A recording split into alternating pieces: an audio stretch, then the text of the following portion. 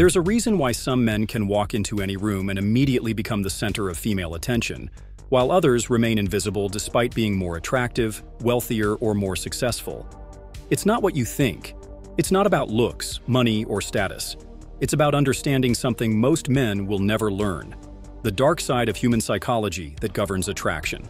The men who master this don't just get women interested, they create obsession. They become the person she can't stop thinking about, the one she checks her phone hoping to hear from, the one who occupies her mind when she should be focused on work, sleep, or her current boyfriend. Today, you're going to learn exactly how they do it. Before we dive deep into these tactics, I need you to understand something crucial.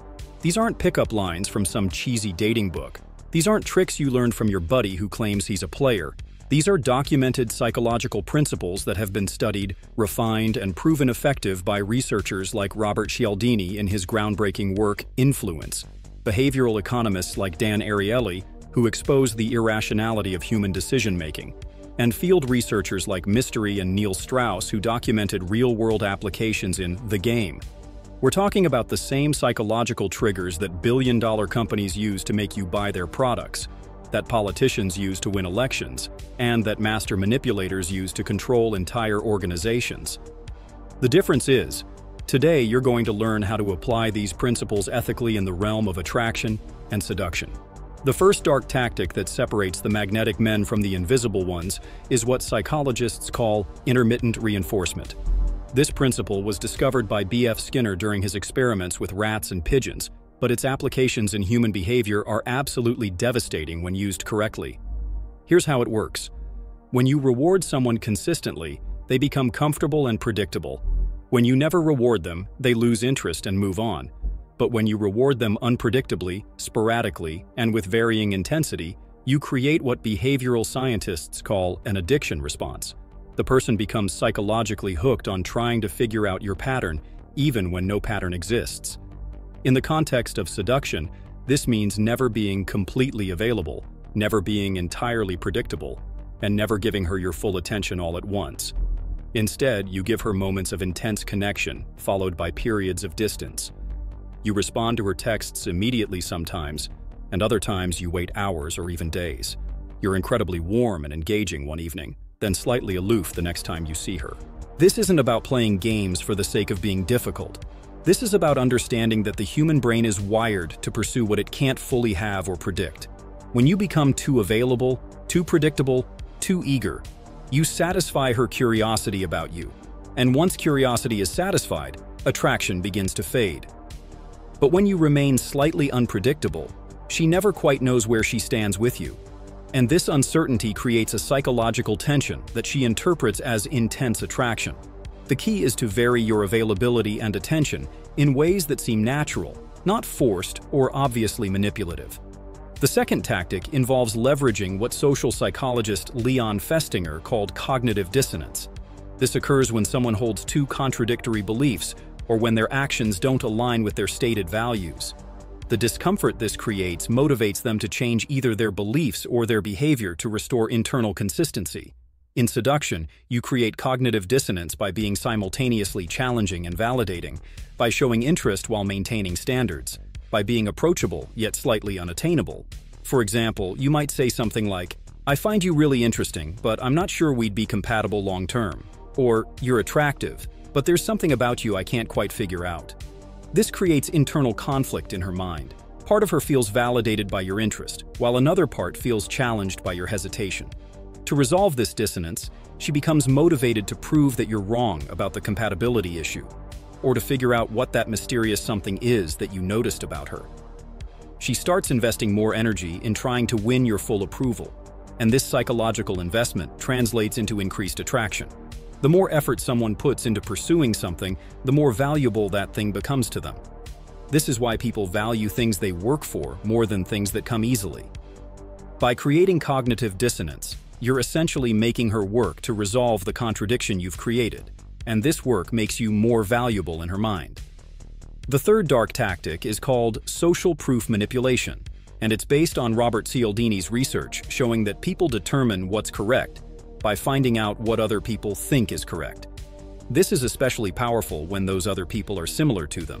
or when the situation is ambiguous. In the context of seduction, this means strategically demonstrating that other attractive women value your attention and company. This doesn't mean being obviously flirtatious with other women in front of her, which would just make you seem like a player.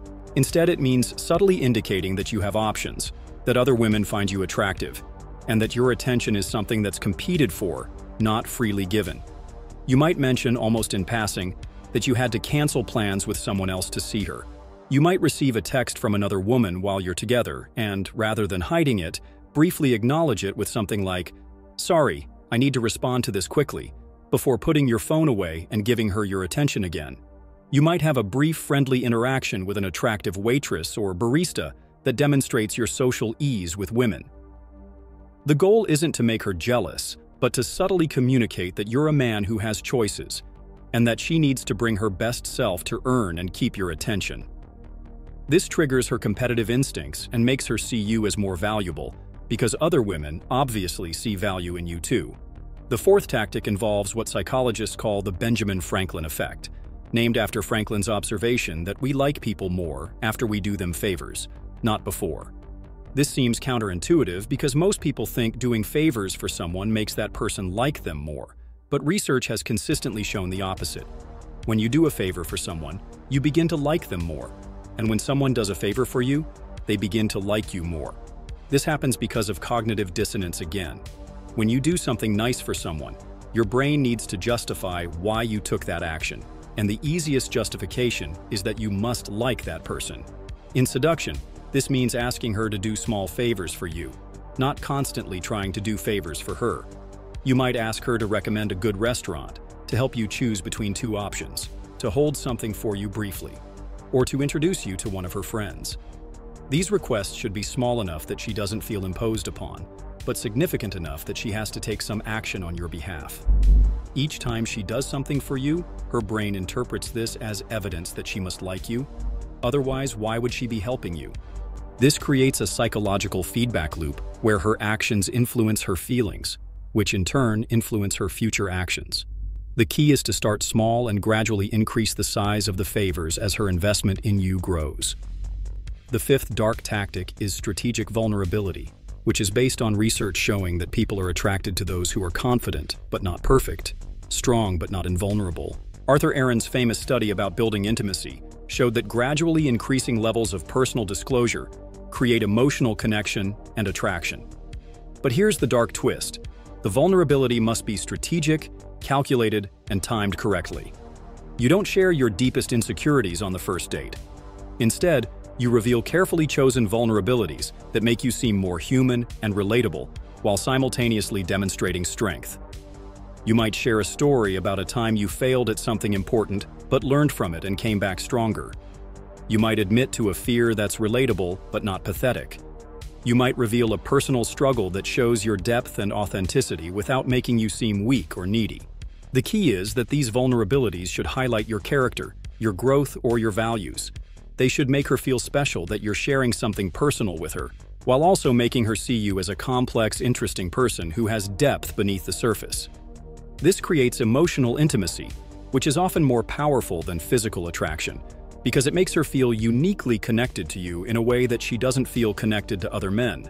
The sixth tactic involves leveraging what behavioral economists call loss aversion, which is the psychological principle that people hate losing something more than they enjoy gaining something of equal value.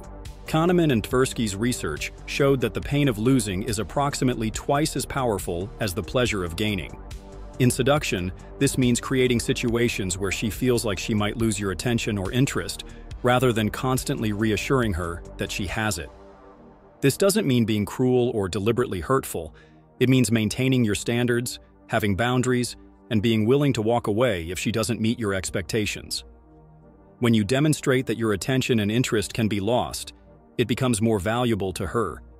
She starts to recognize that keeping your interest requires effort on her part, and this recognition makes her more motivated to impress you, to be her best self around you, and to prioritize your relationship. Most men make the mistake of trying to convince women to like them by being overly accommodating, always available, and constantly reassuring. But this eliminates any fear of loss. which removes one of the most powerful motivational forces in human psychology. When she knows she can have your attention anytime she wants it, she takes it for granted.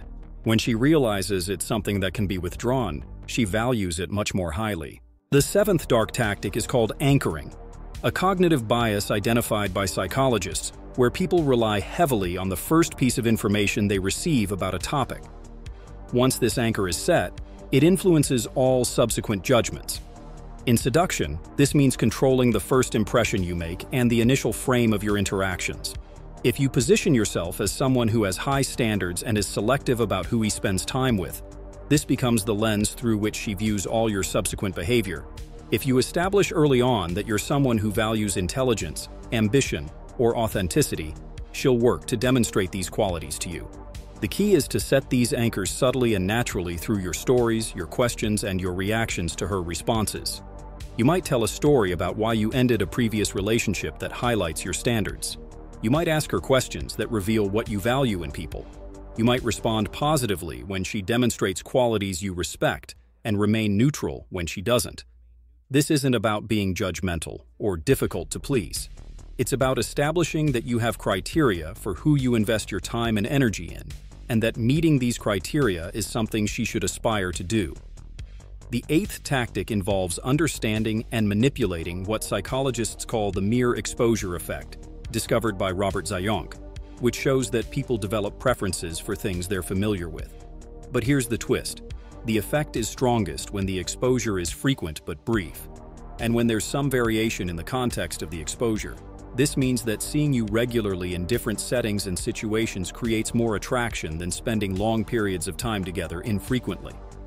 It also means that varying the context in which she sees you prevents habituation and keeps the attraction fresh. Instead of having one long date every weekend, you might have several shorter interactions throughout the week in different environments. She might see you at the gym, run into you at a coffee shop, have a brief lunch together, and then attend a social event where you're both present.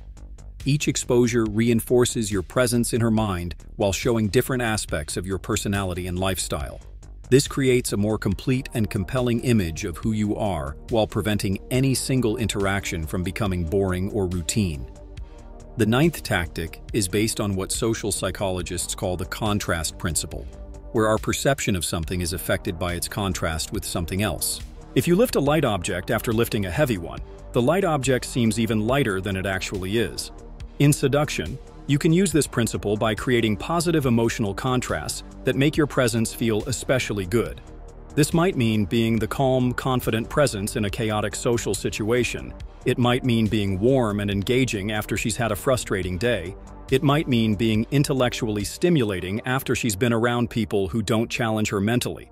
The key is to position yourself as a positive contrast to the other experiences in her life, making your company feel like a relief, an escape, or an upgrade from her normal routine. This doesn't mean you need to be fake or put on an act. It means being aware of the emotional context she's coming from when she interacts with you, and making sure that interaction feels distinctly better than what she was experiencing before. The final dark tactic involves what Robert Cialdini identified as the principle of commitment and consistency, which states that people have a deep need to appear consistent with their previous actions and statements. Once someone takes a position or makes a commitment, they feel psychological pressure to behave in ways that justify that decision. In seduction, this means getting her to make small commitments and investments that create psychological consistency pressures. When she agrees to meet you for coffee, she's making a small commitment that suggests she's interested in you. When she invests time in getting ready for a date with you, she's taking an action that requires justification. When she introduces you to her friends, she's making a social commitment that implies you're important to her. Each of these commitments creates psychological pressure for her to act in ways that are consistent with someone who is interested in and invested in you. The key is to escalate these commitments gradually, starting small and building up to larger investments of time, energy, and social capital. Now, before you rush out to implement these tactics, I need to address something crucial about ethics and authenticity. These psychological principles work because they tap into fundamental aspects of human nature. But they should never be used to manipulate someone into doing something that's not in their best interest. The goal isn't to trick someone into liking you despite who you really are. The goal is to present the best version of yourself in the most psychologically compelling way possible. The difference between seduction and manipulation is that seduction seeks to create mutual attraction and benefit, while manipulation seeks to extract value from someone else regardless of their well-being. When you use these tactics, you should be genuinely interested in the person you're pursuing. You should be prepared to offer real value in return for their interest, and you should be willing to walk away if you're not compatible, rather than trying to force a connection that doesn't naturally exist. Understanding these psychological principles also requires understanding yourself and what you bring to the table. The most powerful seduction isn't about tricking someone into wanting you. It's about becoming someone worth wanting and then presenting yourself in a way that allows others to recognize your value. This means developing your own interests, skills, and character. It means having standards and boundaries. It means being someone who has options and choices, not because you're manipulating situations to appear that way, but because you've actually built a life that's attractive and fulfilling. The tactics I've shared today are tools for presenting your authentic value in the most compelling way possible, not substitutes for actually having value to present. Remember that attraction is ultimately about emotions, not logic. People don't choose who they're attracted to based on a rational analysis of that person's qualities. They feel attracted first, and then they rationalize those feelings afterward. These psychological principles work because they trigger emotional responses that feel like attraction, interest, and investment. But for those feelings to translate into lasting connection, there needs to be substance behind the tactics. You need to be someone worth getting to know, worth spending time with, and worth investing in emotionally. The men who are truly successful with women aren't successful because they're master manipulators. They're successful because they understand human psychology and use that understanding to create genuine connections with people who are genuinely compatible with them. They use these principles to cut through the noise and confusion of modern dating to create real attraction with people who have the potential to add value to their lives, just as they add value to those people's lives in return. As you begin to implement these tactics, start slowly and focus on one or two principles at a time. Pay attention to how people respond, but more importantly, pay attention to how you feel about the interactions you're creating. If you feel like you're being fake or manipulative, you're probably pushing too hard or using these principles for the wrong reasons. The goal is to feel more confident, more authentic, and more successful in your connections with others, not to feel like you're constantly performing or putting on an act. These psychological principles are powerful tools, but like any tools, they're only as effective as the person using them. Master yourself first, develop genuine value and character, and then use these insights to ensure that the right people can recognize and appreciate what you have to offer. That's when seduction stops being about tricks and tactics and starts being about authentic connection between two people who genuinely enhance each other's lives.